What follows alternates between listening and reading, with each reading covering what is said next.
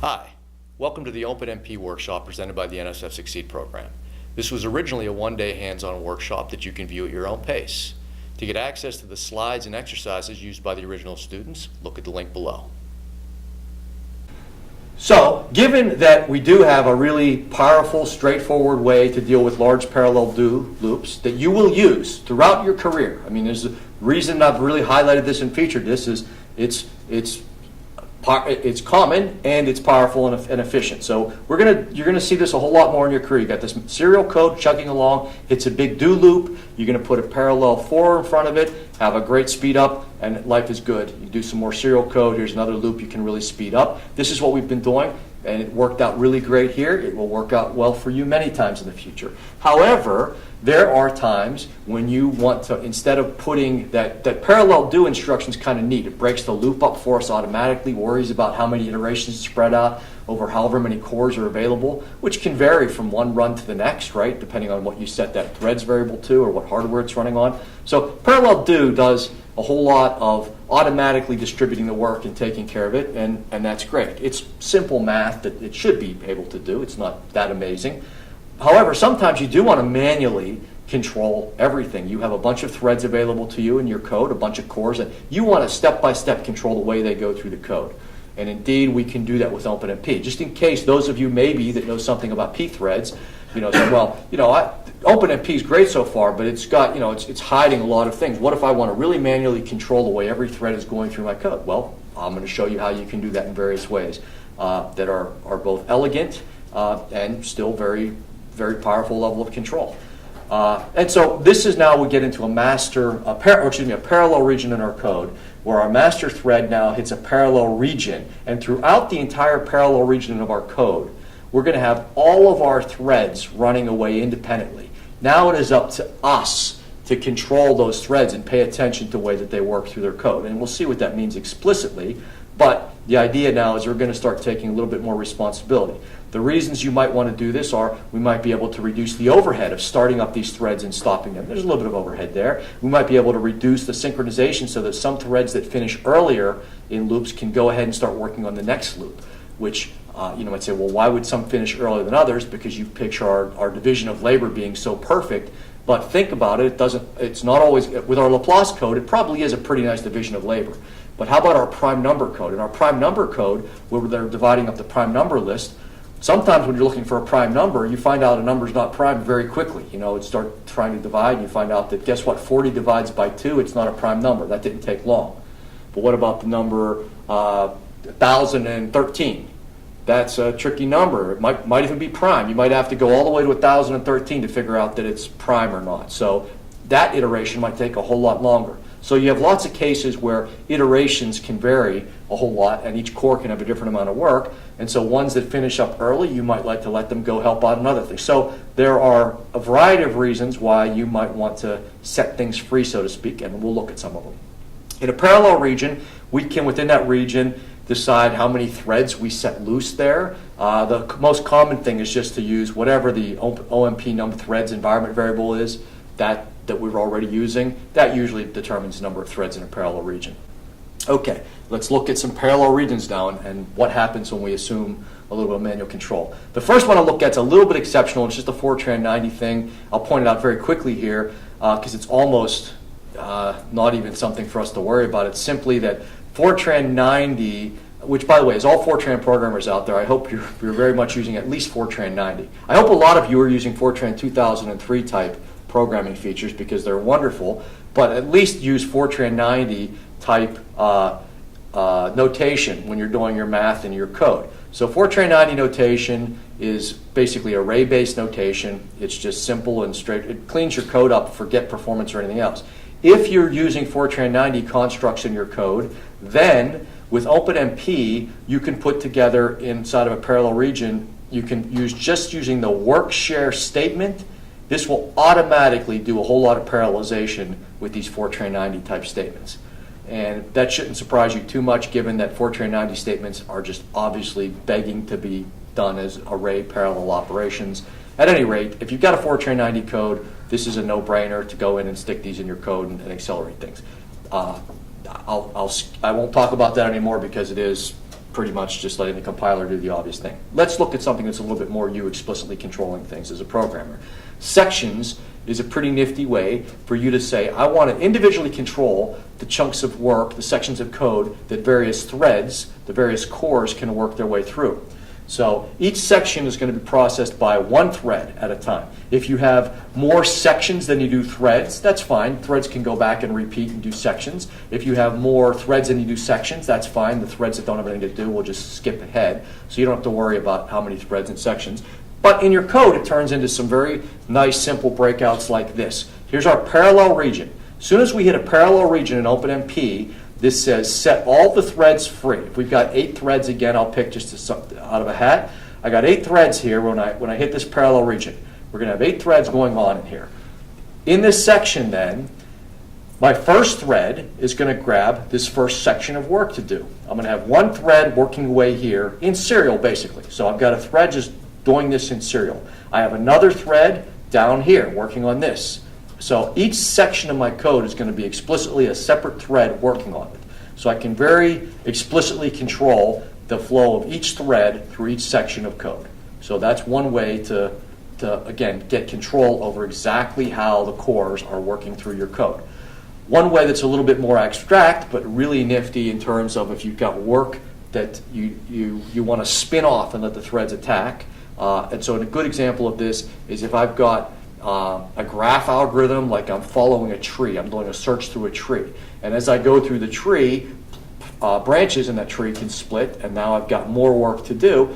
I can have threads go through this. I can spit off chunks of work as I go through this tree. I'll give you another example here in a second. But first, let me point out at least the abstraction. So the abstraction here is that I've got a master thread, and it's running away. I hit a parallel region. I've got a bunch of threads waiting for work to do. The master thread can define a bunch of tasks of work that it spits out. And these can be very large numbers of tasks. There could be thousands and thousands of tasks, and that's fine because the threads will come along and start to pick off those tasks one by one. And I could have many, many more tasks than threads. Their job is to go and work on tasks one at a time until they're all done. So here's an example of a Fibonacci code. So figuring out Fibonacci number sequence, it's a classic way to show a recursion in any programming course, where you say a Fibonacci number is just defined as take Fibonacci of n minus 1 and n minus 2 and add them together, return that. And it's a recursive way to do the function. However, we can, for the sake of making a kind of contrived toy problem here, we can make sure each one of these function calls to the Fibonacci, when it goes to print out the Fibonacci number, each one of these recursive function calls actually spits off as a new task for a new thread to work on. And so in this case right here, we've got each call to this spits off a new task. Each one of these tasks, which calls Fibonacci, comes in here and spits off 2 new tasks. And they keep spitting off tasks until they get all the way to here, till they finally end up at the end of the tail and start adding up all the numbers back together. So here's an example of tasks spinning off tasks, even recursively. It's a little bit too clever here, but it's like a way for me to cram all this functionality into one slide right here. And all I need to do is make sure I'm within a parallel region, and then I can start spitting off tasks. And once I do that, I've now got however many tasks out there in space for the threads to pick off and recursively figure out. And in this case, for this clever problem, like I say, it does it recursively. On the other hand, for lots and lots and lots of problems out there where you call things recursively, like I say, graph problems are a typical case. Lots and lots of graph problems you solve with recursive calls to things, breadth first searches and whatnot, depth first searches. Tasks map naturally onto that process. Tasks, threads can then pursue their way through graphs.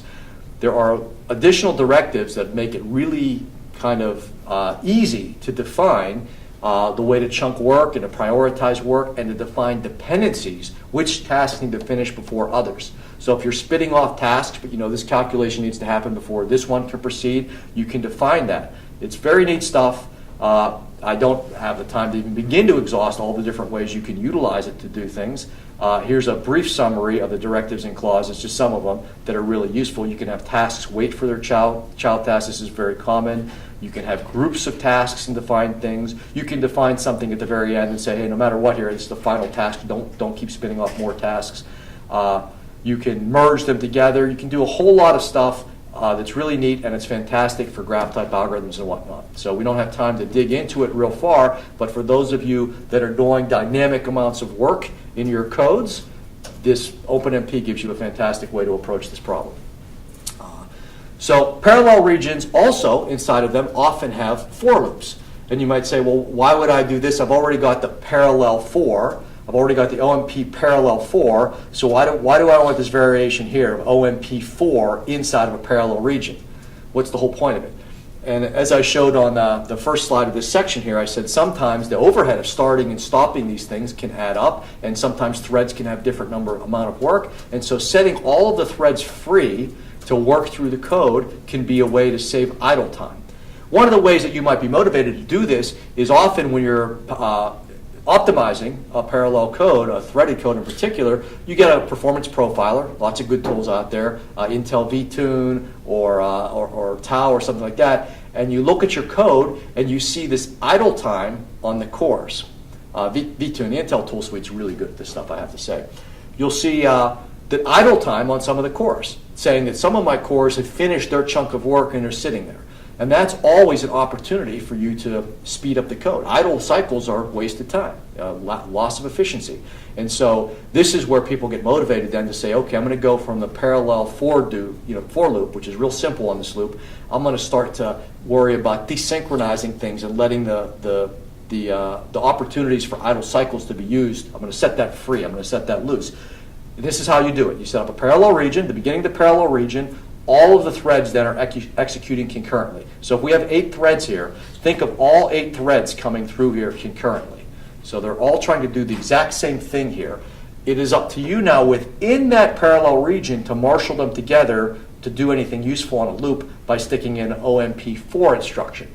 So once we start a parallel region up, and again, we'll see some opportunities to do things less synchronized and more efficiently. But once we do that, it's up to us now to combine them back together at the appropriate points, like where we do have a for loop. So I'm reproducing kind of what we did with the Laplace code previously with an OMP parallel for. I'm doing this here inside of a parallel region with just the OMP4. So it's easy to get confused. So you don't see this is not parallel for, this is just for, and it's within a parallel region. It's a big difference. So parallel region, I've got an OMP4 loop, as opposed to our previous examples, which were standalone OMP parallel for loops. So in this region, this parallel region, I've got an OMP4, and then that does the same thing that we used to do before. However, if threads finish up individually their work here, if in this region, they can feel free to go on to the next region and start to work on them. And indeed, that's exactly what they'll do. So I'm guaranteed that threads won't have to wait at the end of this section before moving on. With our previous code, this parallel section was a standalone piece of code, and then it went back to being serial before it hit the next parallel for loop. So any threads that got done early here disappeared. They were killed off. And then this was serial code, and then they started up a bunch of more parallel threads here. Here we can keep all the threads around, avoid that overhead, and let some of them get ahead. So this is an optimization step. This is kind of an Uber optimization. So this is the way we do it with Fortran. It's very much the same thing. So parallel region with OMP do loops inside the region. So it's the same kind of thing. The only problem is now we have to start to really pay attention. If you're going to do this, if you're going to take the responsibility for managing the threads, you have to pay a lot more attention to detail here. So in this case here, for example, if we did that to our code, if we just stuck this in our code and said, this looks the same as what we did previously, we'd be mostly right, but when we ran the code, we would find out that our output that we do every once in a while would be a lot of gibberish, basically. It would be a mess. It would not be right formatted and look like things are overwriting things. Essentially what we have is we have all of our threads simultaneously trying to write output, because in this case here of our new version of the code, inside of this parallel region, we have 8 threads, for example, just running away constantly. 8 threads get down to here. This is no longer serial part of the code. Previously, this was the only parallel part of the code. This do loop and this do loop. Now this whole region's parallel, and we have 8 threads running away in here, and all 8 threads try to print results out here, and so we end up with a lot of overwritten mess. So instead, what we need to do is we need to start to control our threads with a little bit more detail here. One of the things we find that commands allow us to specifically grab threads is we have an OMP master command. The master command says only the master thread is allowed in this region. So one of the things you find as you start to manipulate threads individually is it's important to have regions where within that region, within that critical type of region, only one thread at a time can be in there, or only one thread in total. You need to start to impose some order. And the first command we'll grab here to start to impose some order is the master command. And the master command says only the master thread can print this out. And if we do this, all of a sudden our print statements will look a lot cleaner. It'll look like they're supposed to, because the other 7 threads have to skip this. Only the master thread is allowed to write the output. So that works pretty well. Only we have one more problem that shows up here, because the other 7 threads, what do while the master thread is here printing things out? They do exactly what they always do in a parallel region. They race ahead. They race ahead back through the code, and they race ahead past the print statement, because we have a master statement here. They're not allowed in here. They race ahead back here, and they start working on the next iteration. And at first, that sounds good. It sounds pretty efficient. They're working on the next iteration, except while the master thread's printing the results out, they're up here actually changing the results at the same time. So the master thread is trying to print out T, and they're up here working on the next time step of T. So that's not quite right. So what we really need to do now is we really need to stop all of those threads at this point. And one way we can do that, and one very common statement to find in any kind of parallel region in OpenMP, is we need a barrier command. And the barrier command is a command that says no threads can continue past this point until all of the threads get here. And that's a common version of barrier. In parallel programming in general, the notion of a barrier is very useful. And barrier is exactly that across all the different types of parallel programming. It says all of the threads get to this point before any of them can continue. It keeps it's where you do impose some synchronization on threads which otherwise just race ahead as far as they can. So in this case, we put a barrier here after master, and it says only the master thread can print the results out, but the other threads aren't allowed to race ahead into the next time step and start modifying things until the master thread gets done. So when the master thread finally straggles along here and catches up, then they can all go and do the next time step. So now we have a working code with a parallel region. Instead of our original parallel do's, we've now got a whole parallel region, and all the threads are constantly racing ahead looking for work to do, and this one will actually work. So you can see that we have to, in order to do stuff like this, we've got to pay a lot more attention, but this is how you can take things to that next level and make sure no threads are sitting around idle. Although even in this case, you will have some threads sitting around idle here at the barrier, but at least you know exactly where you're wasting time and why you're wasting time. You have to have them synchronized here before they go on to the next time step. So we've now assumed complete control for all the scheduling of these threads. So we could also take things to an even lower level in some sense paradigm-wise and look a lot more like the old POSIX threads thing that I said people got away from. We can do it in a way that's a lot cleaner than POSIX threads used to be, but still the same idea of actually looking at threads individually, number by number, and controlling the way that they go through the code. And OpenMP allows us to do this quite easily with an API version of the directives. So far we've used all directives, these comment-like hints to the compiler. We also have versions of all those directives that are actual function calls, an API, in other words. So with these function call-based routines, we can start to actually turn our code into some dedicated, hardcore, multi-threaded code. And on one hand, this might be cleaner to you in the code, and now we're very focused on being multi-threaded. On the other hand, we have now committed to this being a multi-threaded code. This no longer is a serial code. This is now a dedicated OpenMP code. So we've ditched one of the benefits of the directive-based approach, which is we can always ignore the directives and go back to a simple-minded serial code. If we start to use the APIs, we're foregoing that. In many cases, though, that's the logical thing to do, because you go, I know this is a multi-threaded code anyway. I always want it to be multi-threaded, so I don't need it to be strictly directive-based. I can live with these function-based routines. And if you do that, you can start to write code that looks a whole lot like POSIX, the old POSIX thread approach to it, which is to have statements like, first of all, you find out your thread number. So each thread, if we have 8 threads again, is going to be 0 through 7. And you can say, if I'm thread 0, I want to do this. I want to print the results out. So you can be very, very specific in your control flow through your code. This is explicitly saying, if I'm thread 0, print stuff out. And if I'm not thread 0, all the other threads skip this statement. So we can be very, very much POSIX-like if we want to. So there are other synchronization directives and clauses that allow us to control the way threads flow through regions, and you'll find most of these here are quite useful and common. Just like the master statement says only the master thread's allowed in this region, single is almost the same thing except it says only one thread gets here. So it doesn't have to be the master thread, but only one thread's allowed here. This would work well in our previous example with the print statement too. We could say single, and then only one thread will be allowed to print the results out. So it doesn't have to be the master thread, it can be any thread, but only one of them will print the results out. So that's good.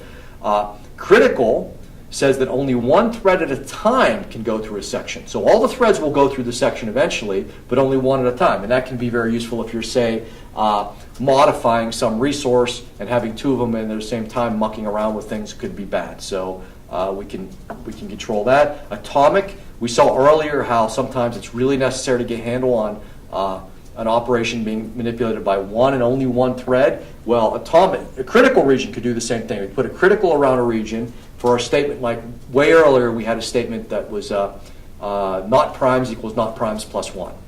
And I said our problem here with all of our threads accessing this at the same time is that even though it looks like not primes equals not primes plus 1 is fine for 8 threads to be doing, if one of them has that value out to increment it, the other ones can be grabbing invalid copies of it, right? It's the whole problem we looked at there. In this case here, we could solve it with an atomic statement. We could say, make sure this statement is only executed as a whole. So if we put atomic around not primes equals not primes plus 1, it's another way we could solve our problem. We solved it by making it a private reduction variable. We could also make the whole region around it critical. So critical is a solution that's a little more expensive, but works on a whole region of code. Atomic is good on a line-by-line basis. We might find some part in our code in the middle of a parallel region that we just give up and say it needs to be serial. So if we put ordered on it, it'll make a loop execute in serial mode, no speed up, but at least in the middle of a big parallel region, it'll operate correctly. Some directives have barriers on them, going into them or out of them. We can get rid of those barriers and say don't waste time. So we can do a lot of very low-level control. So for those of you that said, okay, I get the OpenMP thing on the high end, I get how it's a nice abstraction and saves me from having to worry about how to break up a for loop amongst different threads. I like that, but am I going to not be able to control threads on the lowest level if I want to? You can see that you can do that. You can very explicitly control threads on the lowest level. Now, if this is starting to seem tricky to you, it's because I've introduced you to a tremendous array of powerful commands here very quickly. But again, keep thinking back to how friendly the parallel for, the parallel do loop is. There's a lot of power to be had at that friendly level that's still very efficient. You're not sacrificing efficiency at all to have that. But at some point in your code where you decide you really, really want to control things at a low level, they're there. And as a matter of fact, there are lots more low-level library routines that allow you to do this kind of stuff. I'll give you an example of probably the most classic thing that somebody that considers themselves to be an advanced concurrent programmer will do with threads, which is to set locks around resources to control them even in an operating system environment. So if you're a kernel level or a device driver level operating system writer and you're worried about multi-threaded operations, these are the kind of things that you do at a very low level. And I'll show you in OpenMP how they can be done in a fairly friendly way, even though it's very sophisticated kind of capability. We can set locks up around sections of our code to control resource access very easily. Here's an example of this right here. A lock basically says that this region of code is only allowed to be accessed by the thread that holds the lock at that point in time. So what we do in this example right here is we have all of our threads going into this locked region, and when they're in there, they can print out that they're in there. They'll go through 5 times in a row and say, hey, my thread is in here in this locked region, and they'll leave the locked region. And we can see this here on the output here. We can see that thread 2, for example, was in the locked region, and then it left. And then thread 0 could go into the locked region, and it left. And then thread 1, and then thread 3. So a locked region controls access to that region, and by virtue of one of the threads owning the lock at a time. And it's not hard to set this up in OpenMP. You just define a lock type, you initialize the lock, and then inside of a parallel region, any one of the threads, the first one to get here, gets the lock. So one of the threads gets here first, it owns the lock, it's the only one allowed in here until it unsets the lock, and then it can leave. And you might say, okay, I get that, I can see what this is all about, but what are these locks good for anyway? locks are very good anytime you've got a resource that should only be accessed by one thing at a time. I'll point out a hardware-based thing here, and then I'll point out some software-based ones you're probably more likely to encounter. So in the hardware world, you might have, and here's where, by the way, where locks get deadly. This is the reason that multi-threaded programming often has a reputation as being very, very error-prone, is because of the classic lock situation, deadlock situation. So we might have ourselves a USB drive with some files on it, and our program's writing to it. And we want to make sure that different threads aren't writing to that same file on that same USB drive, because they could corrupt the file. They'd be overwriting each other. Only one thread at a time should be able to open that file and add a new user to that file and then close it. And so thread A here might lock the USB drive, and then it locks the file, and then it can copy a file over, and then it's done, and it can say, okay, unlock the file, unlock the USB drive. And that looks like it's very safe, right? Thread B over here also looks like it's being very conscientious and safe. It locks the file, it locks the USB drive, it copies the file, and then unlocks the USB drive and unlocks the file. Those look very safe. But when they happen at the same time, what happens is thread A can lock the USB drive, and if at the same time thread B locks the file, then when thread A goes to lock the file, it can't, because thread B owns the file. And thread B goes to lock the USB drive, it has to wait because thread A owns the USB drive. So they both end up waiting here for the locks to be free, which will never happen because they each own the other lock. This is a deadlock. These kind of situations cause your code to hang and nothing happens. And this is why parallel programming has this reputation. You have deadlocks, the code just hangs and you'll never figure it out. Well, first of all, besides the fact that there are lots of debuggers and whatnot that allow you to drill into your code and go, oh, I made a stupid mistake here, I should also point out that this is not a common thing to have to implement in scientific codes, for example, number crunching codes. You don't have lots of locks everywhere. So when people start explaining to you that multi-threaded programming is so error-prone, because all these subtle locks that are going to, well, if you're writing an operating system with all kinds of resources, every page of memory and every table to refer to a page of memory, these are all resources that need to be locked, yeah, you've got to be careful.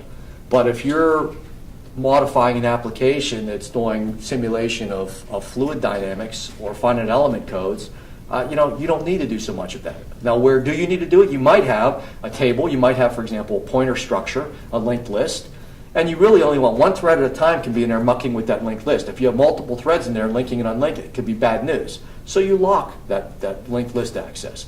But it's not usually many levels of nested locks and all kinds of recursive logic and everything involved. So don't be put off by the fact that, yes, I heard that multi-threaded programming is nothing but a fight to find subtle deadlocks that only occur intermittently and you can never reproduce. That's not the case.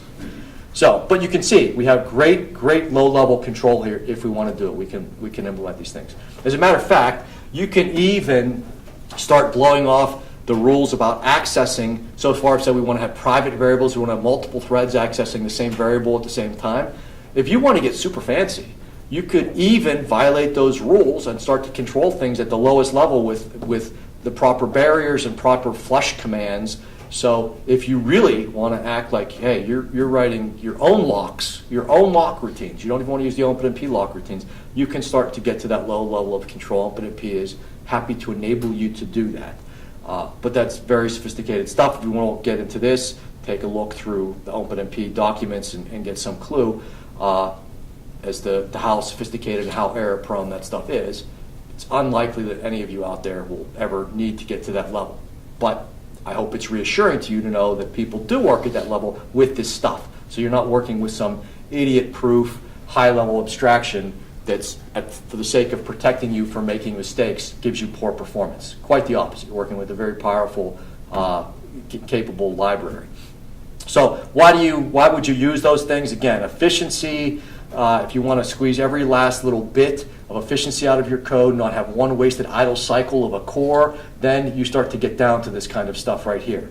Or if you have algorithms that are typically, that are not your normal center of mass HPC codes, if you have a lot of pointer chasing type codes, for example, graph-based algorithms. So if you find yourself doing a lot of pointer chasing and jumping around memory and everything, yeah, you're going to end up on a more complex side of this stuff. On the other hand, if your codes are mostly big arrays that you're really number crunching through, then guess what? You're lucky. You get to stay here on the parallel for and the parallel do loop end of the world with a lot of safety, not a lot of hazards, and yet tremendous efficiency. So that's the reason that there's this wide spectrum here of capability. So let's take a look at how we can do a little bit of efficiency here, improvement to a loop that we've already done, without having to dive into the risky stuff. So we'll take a quick shot here, quick exercise here, of taking our prime number routine that we looked at earlier, and we're going to improve it with one of the optimization options that don't require a whole lot of caution. So we're going to take our loop that we originally used the parallel for on, to find the prime numbers, and we put the correct reduction in there for not prime. So this is a working loop right here. It works well. And we're going to improve it a little bit more without having to muck it up too much, just by recognizing that OpenMP has some nice scheduling options available as parameters, clauses on these directives. So there's some nice ways to take our friendly and powerful clauses and still fine-tune them, one of which is scheduling. It's probably the most overlooked one. That's why I have it in here. And scheduling says that the way these loops are broken up by default is kind of what I already told you, which is if we got 10,000 iterations and we got 10 threads, give 1,000 iterations to the first thread, 1,000 to the second, 1,000 to the third. And that might not seem like a terrible way to go. For our Laplace code, it seems like a perfectly sane thing to do, because the amount of work is pretty regular. On the other hand, as I've already mentioned, for prime number solving, you might expect that some of the iterations have very different amounts of work to do. Sometimes you find out something's not a prime number very quickly, and other ones might take you a long time to figure out that they're a prime number or that they're not a prime number. And so when we got a very ragged type scheduling like that, we might be able to do better than just saying, hey, give 1,000 iterations to the first PE. And we have some options. So static is pretty much the default we've been assuming so far, but we could also go dynamic. We could say, hey, as each thread finishes one chunk, give it another. We can change the number of chunks. We could also say, hey, give each one 5 chunks at a time. Sometimes you know that your work decreases as you work on a problem. It gets less and less and less work to do, so the chunk size could go down as we go. So you have some options here.